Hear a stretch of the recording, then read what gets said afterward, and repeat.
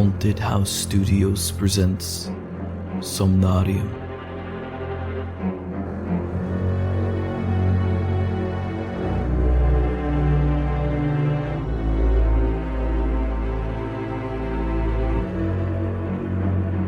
Episode 9, Still Missing.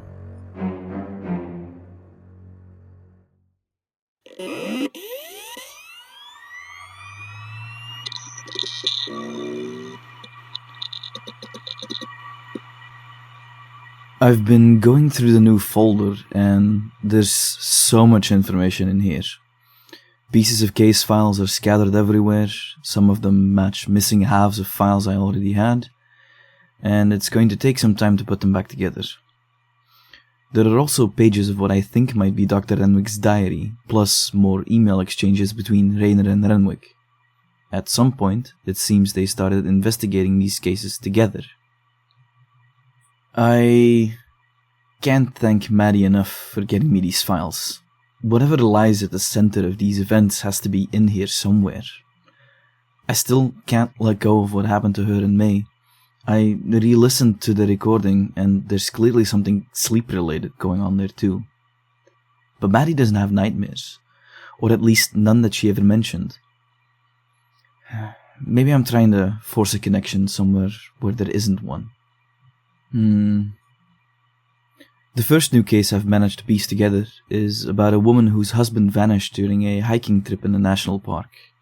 Unable to accept his disappearance, she began suffering from severe nightmares and eventually sought treatment from Dr. Renwyck. Case of Angela Taylor, first seen by Dr. Susan Renwyck on October 17, 2005 for severe insomnia, recurring nightmares, and compulsive search behavior following the disappearance of her husband during a hiking trip 1 year earlier.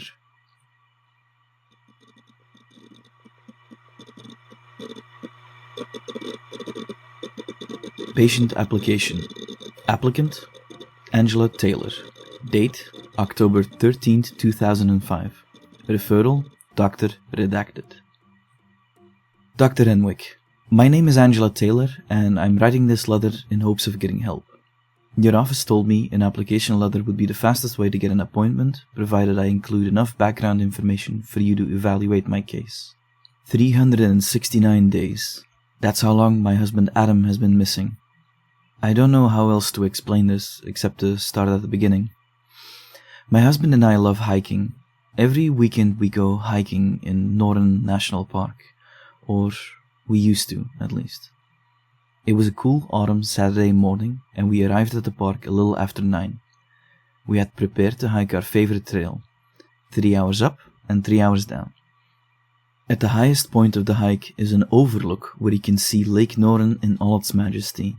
At midday, with the sun shining brightly, the lake looks like an enormous mirror. It's absolutely stunning. Besides the fact that the overlook is such a beautiful place, it's also the spot that Adam asked me to marry him. With a view like that, how could I have said no? It was almost noon, and we had made our way to the overlook in record time. The trail was recently cleaned up by the park rangers, as a recent storm had put a lot of debris and fallen trees on the path. The weather was better than we expected, and the trail was in good shape again. We sat on this log bench that's been there for as long as we've known, and just enjoyed the view for a while. Adam had made some sandwiches for lunch, and we were fueling up for the hike back down. At some point, Adam said he was going to find a place to have a bathroom break, and, well, you know, it's the forest. It's not like there's a bathroom out there. I just sat there, looking at the lake, kind of zoning out. A few minutes passed, and Adam wasn't back yet. I wasn't worried, though maybe I should have been. Adam's a big guy, and he can take care of himself. 10 minutes had passed, and he still wasn't back yet. I called out to him, expecting him to shout back, but nothing. I thought, okay, that's it, I'm calling his cell, but not surprisingly, there was no reception up there. I started shouting then. This isn't funny, Adam. Stop it, honey, please. You're scaring me. But all I heard was silence. No rustling, no birds, no wind, just nothing. At that point, I stopped hesitating. I started looking in the tree line around the overlook. Maybe he had fallen and injured himself? I couldn't find him anywhere. There was nothing else I could do. If Adam was in trouble, I needed to get help. It made perfect sense in my head. It was the middle of the day, there was still plenty of daylight. If I could just make it far enough down to get even the smallest hint of a cell signal, I could call the park rangers for help. So I left. I started hiking down. The whole time I kept thinking, he's going to be fine. He can take care of himself. It was nearly an hour and a half later when I finally got a cell signal stable enough to make a call. When I finally got through to the park rangers, they told me to hike back up to where he was last seen and wait there until the rangers get there. With any luck, Adam would have found his way back to the overlook by now, and he'd be waiting for me. I nearly ran back up the trail to the overlook, but Adam wasn't there. Half an hour later, 2 park rangers arrived by ATV. One of them asked where I last saw Adam, and I pointed over to the tree line. The other ranger came over to ask me a bunch of questions. How long has he been missing? Does he have any health issues? Was he injured? Did you hear anything when he disappeared? The other ranger called over and appeared out of the tree line, and when I saw what he was holding, my heart sank to my stomach. He was holding up Adam's backpack. Ma'am, is this your husband's backpack? Yes, I answered shakily. That's his. Without exchanging much more than a glance, the park ranger next to me got out his radio and called it in. Possible belonging recovered. Missing male, early 30s, last seen near the lake overlook. Backpack located. Requesting search and rescue support ASAP. By evening, there were more people on that mountain than I could count. More rangers, volunteers, dogs. They started calling Adam's name into the trees, over and over again, like the forest might eventually decide to give him back. I remember standing there while the sun went down, watching their flashlights move through the woods below the overlook. Every time someone shouted, every time a radio crackled, my heart stopped. I kept thinking the next call would be someone saying they found him. But they didn't. They searched through the nights and again the next morning. They asked me what he had been wearing, whether he knew the area well, whether he would have tried to take another trail down on his own. I answered every question they asked, sometimes more than once because I could barely think straight. They found no sign of a fall, no sign of a struggle, no blood, no torn clothing, nothing except his backpack. At first, everyone told me not to lose hope, that people had been found after longer, that Adam knew the trails, that he was strong. I held on to that for as long as I could. But after the first few days, the search changed. There were fewer people, less urgency. Their voices got softer when they talked to me. Eventually, they stopped saying, when we find him, and started saying, if. I could not accept that. I still can't. Since that day, I've gone back to Northern National Park every weekend. At first I told myself I was helping, that maybe I would notice something the others missed. A trail marker out of place, a dropped piece of clothing, a path leading off the main route. In the beginning, family and friends came with me. They hiked the trails, called his name, and told me not to give up. But as the weeks turned into months, they stopped coming. One by one, they returned to their lives, while I kept going back. Now every time I get to the park, I stop at the ranger station first and ask the same question. Whether they found anything. Anything at all. A piece of clothing, a phone, a watch, some sign that he was still alive after I left that overlook. The answer is always no. Over time, it became something else. I walk the same trails, call his name, listen for an answer that never comes. Sometimes I think I hear movement in the trees, and I follow it. Sometimes I think I see someone standing ahead of me, just far enough away that I can't make out their face. Every time, when I get closer, there is nothing there. Part of me still believes that if I had stayed at the overlook, Adam would have come back, and none of this would have happened. Lately it has followed me into my sleep. I dream that Adam is still in the park, alive, trying to call me, and that I am always only a few minutes behind him. In the dreams I hear his voice, but I can never reach him.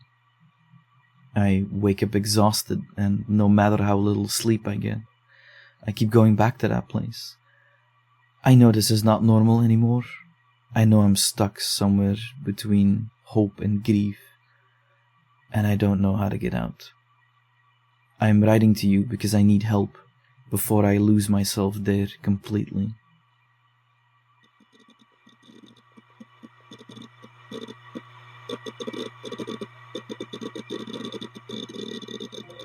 Consultation note. Patient Angela Taylor. Date October 17th, 2005. Subject Initial consultation. Transcription of tape recording. Miss Taylor presented for an initial consultation following the disappearance of her husband, Adam Taylor, on October 9, 2004, during a hiking trip in Northern National Park. The patient was calm and cooperative throughout most of the session, though visibly fatigued. Speech was coherent, organized, and relevant. No obvious signs of confusion or formal thought disturbance were observed. She showed little outward emotion for most of the session, but she became notably distressed when discussing the circumstances of her husband's disappearance and the events that followed.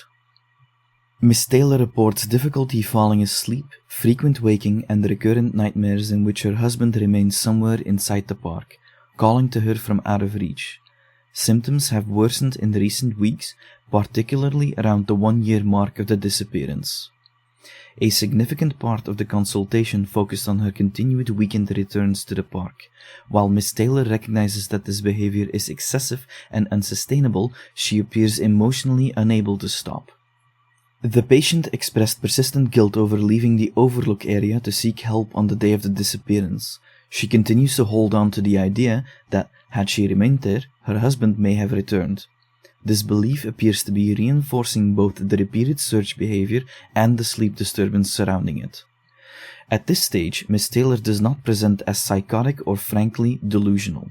She does not deny the possibility that her husband is dead, but she is unable to tolerate that conclusion in any final sense.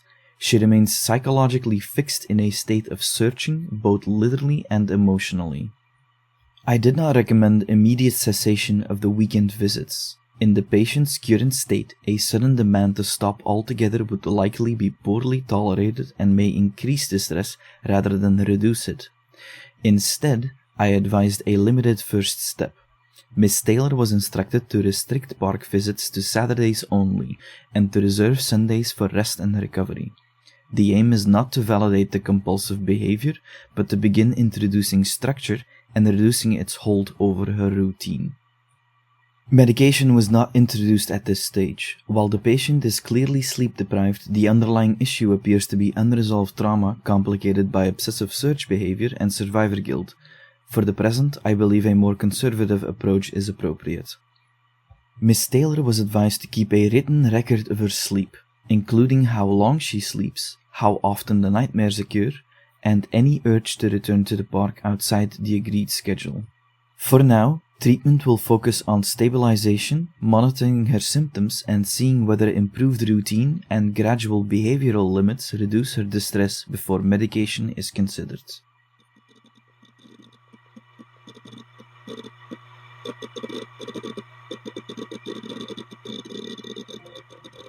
Sleep diary. The diary is unfortunately incomplete. What I have here is not the original, but rather the surviving transcription of that diary. It is unknown what happened to the original.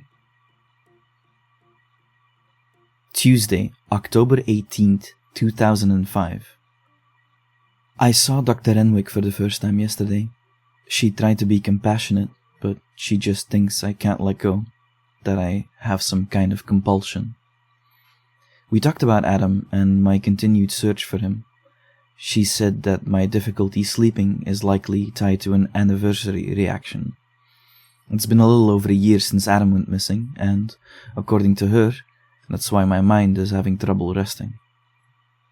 I got emotional during the consultation, especially when she suggested I stop going to the park on Sundays. How can I do that? How can I just give up on my Adam like that?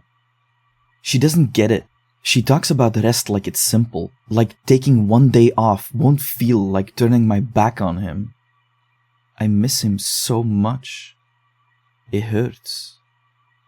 You know how they say that a person can complete you? That's what Adam is to me.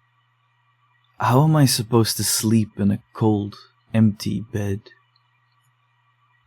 Saturday, October 22nd, 2005. I slept terribly again. The bed feels too big when it's just me in it. Nearly every night I catch myself reaching across the sheets, half asleep, looking for Adam before I remember he's not there. I dreamt about the park again.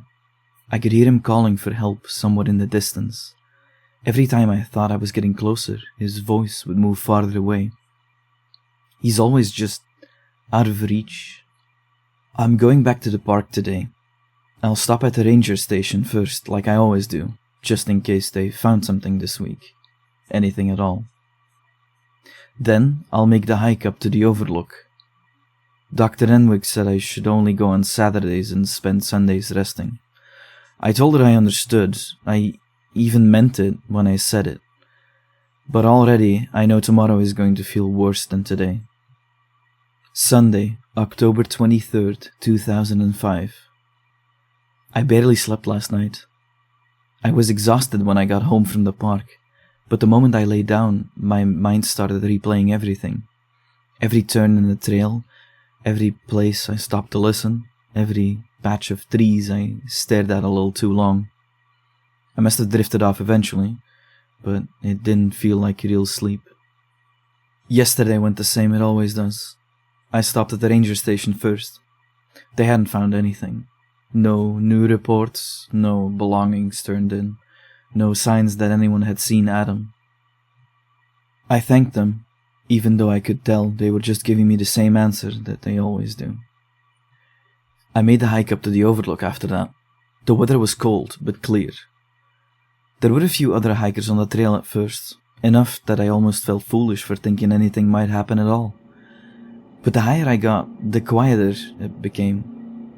I know forests get quiet sometimes, I know that, but this felt different. It wasn't peaceful, it was the kind of silence that makes you stop walking just to hear if anything at all is still moving around you. No birds, no insects, no wind in the trees, just my own footsteps and my breathing. It only lasted maybe a minute, maybe less. Then the sounds came back all at once, like nothing had happened. I told myself I was imagining it, that I was tired, that because I was already thinking about Adam, I noticed the silence more than I normally would. For a second, when everything went quiet, I really believed that if I turned around quickly enough, I could see him. When I reached the overlook, I caught myself looking towards the tree line before I even looked at the lake. Still, I kept thinking about it the whole way home. Dr. Renwyck told me to rest today, so I'm trying. But all resting seems to do is leave me alone with my thoughts. Maybe I should just go to the ranger station today, just for a quick check, in case they found anything. Sunday, October 29th, 2005. I hardly slept at all last night. Every time I started drifting off, I was back at the overlook again, back on that bench, back listening for him. Yesterday started the same way it always does. I drove out to the park in the morning, stopped at the ranger station, and asked the same question I've been asking for over a year now. They hadn't found anything, no belongings, no reports, no sign of Adam. So I made the hike up to the overlook. I don't even really think about the trail anymore. My body just knows it. I know where the ground starts to slope. I know where the trees thin out. I know exactly how long it takes before the sounds of the parking lot and the main paths disappear behind me. It got quiet again on the way up. Not all at once, just little by little, until I realized I couldn't hear any birds anymore. Then no insects. Then nothing except my own breathing and the sound of my boots on the trail. I kept walking. By the time I reached the overlook, the silence was gone. The wind was moving again. I could hear leaves shifting in the trees. I told myself that was proof enough that I was just tired and working myself up. I sat down on the bench for a while and looked out over the lake. I started thinking about Adam asking me to marry him there. The way he smiled even before he got the words out. The way his hands shook because he was nervous, even though he tried to laugh it off after. I don't know how long I sat there like that. Then, I heard my name. Just once. Angela. It was Adam's voice. Not something that sounded like him. Not my imagination twisting a sound in the wind. It was his voice. Clear enough that I turned around immediately and stood up so fast I almost slipped. There was no one there. I called out for him. I waited. I listened so hard it hurt. Nothing answered me. I know how this sounds. I know what Dr. Renwyck would probably say. Exhaustion, grief, wishful thinking, but I know my husband's voice. If I heard anyone else call my name that way, I wouldn't have thought twice about who it was. I barely remember the walk back down after that.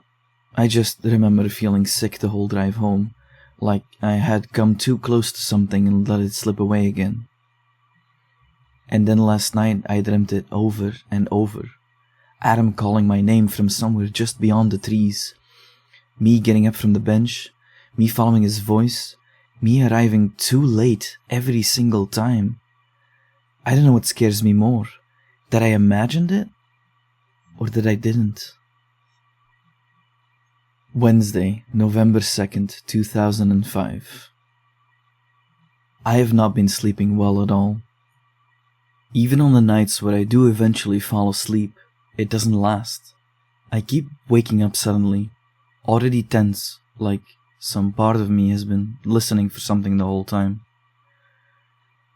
Last night I woke up just before 3 in the morning because I was sure I heard Adam say my name. Not in a dream, not half inside a dream either. I was awake by the time I heard it. It was quiet and close, like he was standing just outside the bedroom door. I sat up so fast I nearly fell out of bed.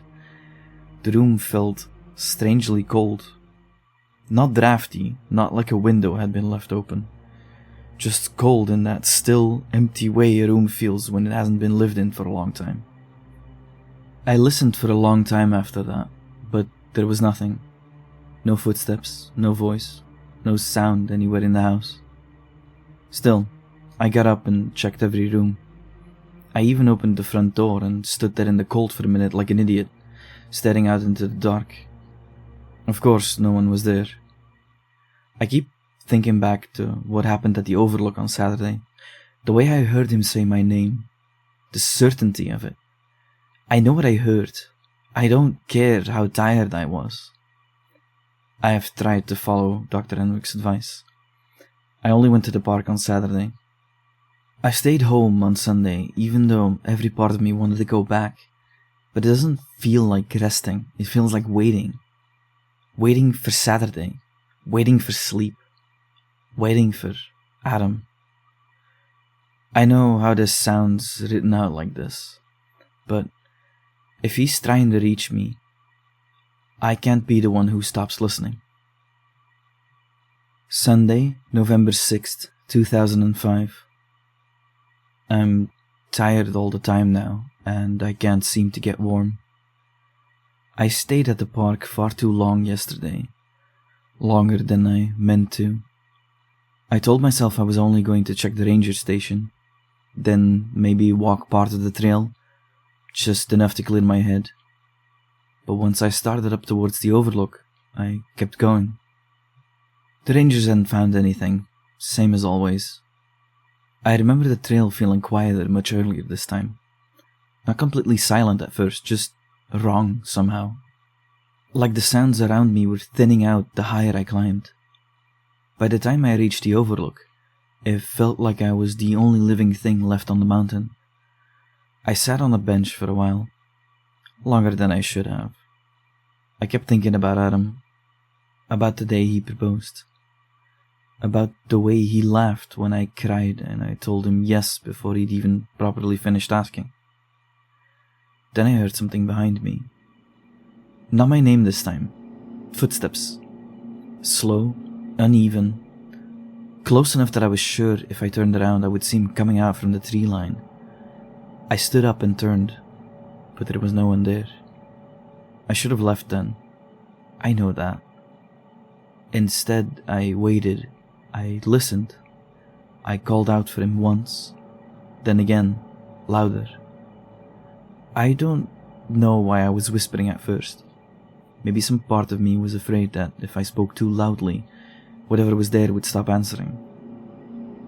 After that, things get harder to put in order.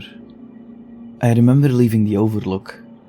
I remember hearing movement off the trail to my right and following it. I remember seeing something pale between the trees. Not a face, not clearly, just the shape of someone standing where no one should have been. And I remember being absolutely sure it was Adam. I don't know how long I was off the trail.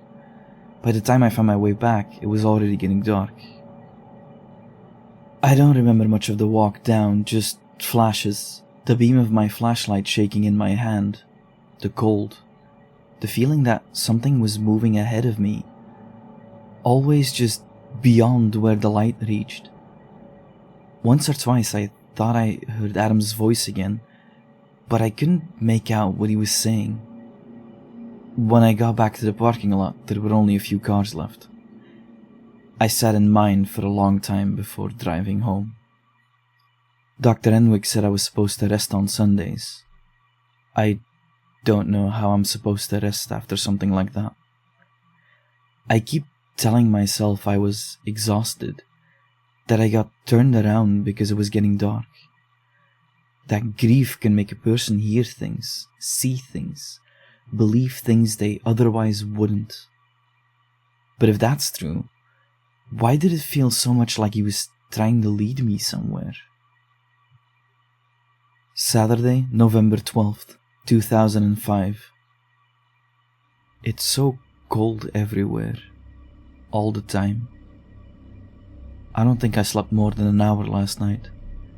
Every time I closed my eyes, I was back on the trail, back in the dark, back hearing something moving just ahead of me. I should not have stayed in the park until dark again yesterday, but I did. I told myself I would be careful this time. I told myself I would check the ranger station, make the hike up to the overlook, stay for a little while, and head back down before sunset. The ranger station had nothing new to tell me. I barely heard half of what they said. I was already thinking about the trail. By the time I started the climb, my hands were so cold they hurt even inside my gloves.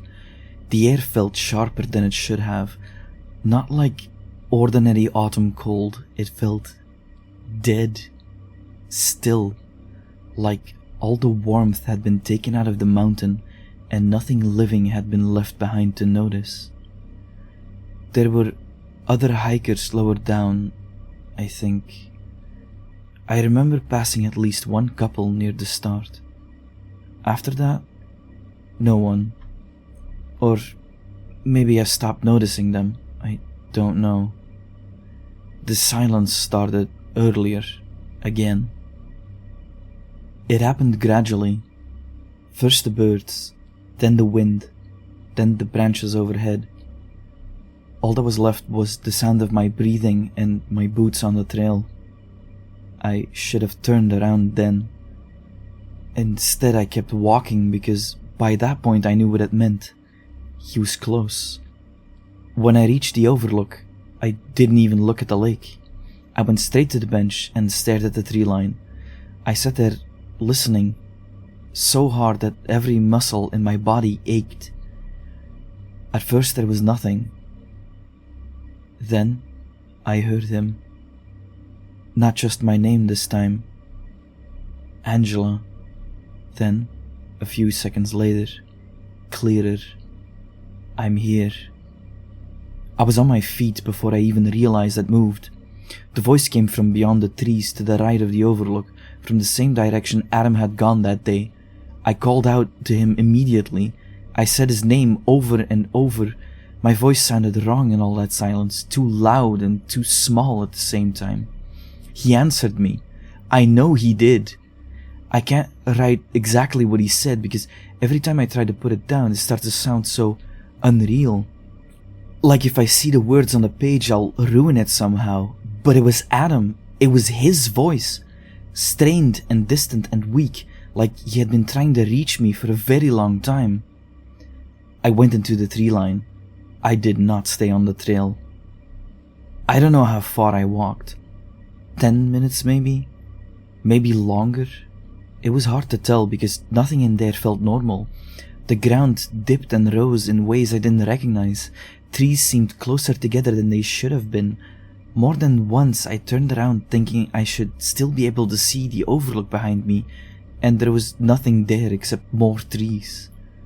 I kept hearing him ahead of me, sometimes close enough that I would start moving faster, half running, slipping on leaves and roots and catching myself on branches.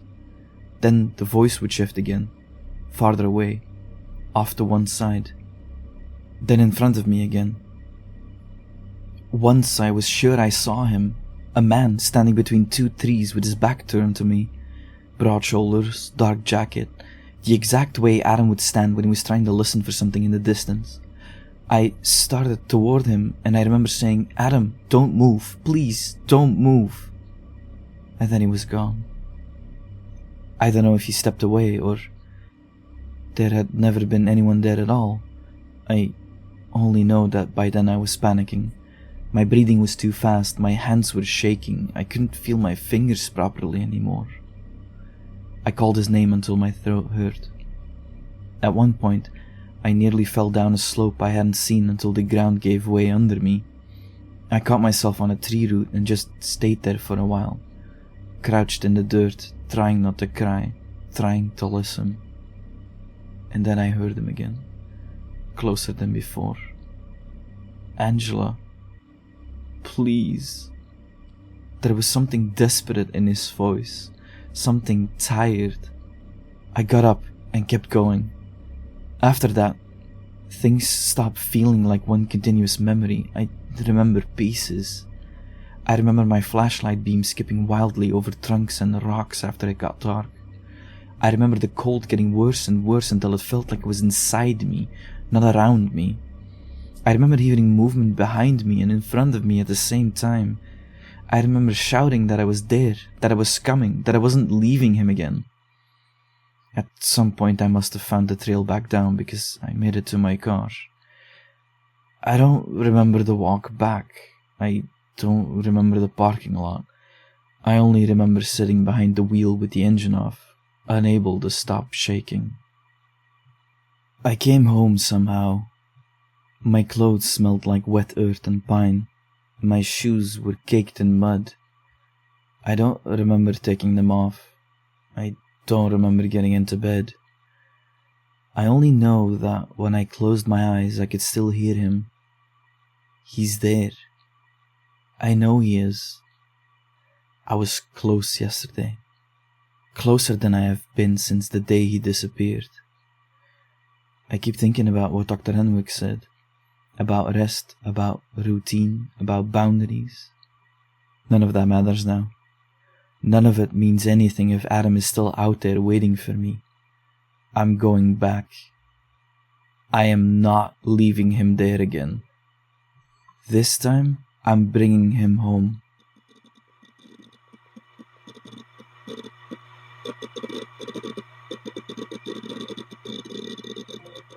Patient Record Addendum. Patient Angela Taylor. Date November 14th, 2005. Subject Recovery of Sleep Diary. Visit from Rainer J. Detective Rayner arrived at the clinic this morning after being contacted by park authorities in relation to Miss Taylor's disappearance. According to the information provided, Miss Taylor's vehicle was found in the parking area of Noran National Park earlier today. Rangers on site believed the vehicle had likely remained there since Sunday evening. The detective further stated that park staff found it unusual that no one could clearly account for seeing Miss Taylor leave the grounds. Given her established habit of returning to the park on weekends, her continued presence in the area does not appear to have raised immediate concern. By the time the matter was formally escalated, a full night had already passed. The detective brought with him a handwritten sleep diary belonging to Miss Taylor, recovered during a preliminary review of her personal effects. Unfortunately, the diary suffered severe water damage. The diary reflects worsening insomnia, recurrent nightmares, increasing fixation on the park, and growing difficulty distinguishing between memory, expectation, and perceived external stimuli. At the time of initial consultation, Miss Taylor retained partial insight. She was able to acknowledge that her repeated visits to the park had become excessive, even if she remained emotionally unwilling to stop.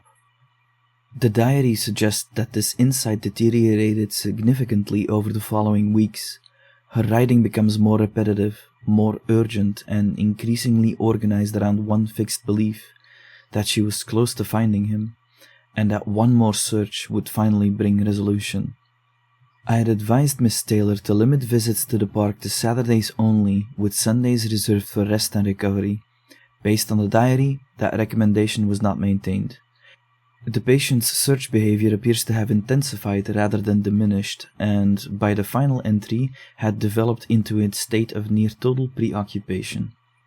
At present, no conclusion can be drawn regarding the exact circumstances of Miss Taylor's disappearance. However, it is my opinion that her unresolved traumatic grief, survivor guilt, and compulsive search behavior had reached a point of acute psychological danger. The park had ceased to function, in her mind, as the site of a past loss. It had become the only place in which that loss still felt reversible.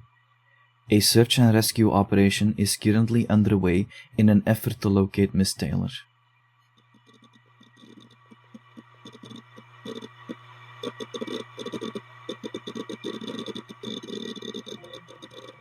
And that's where the file ends. Adam Taylor disappears on October 9th, 2004.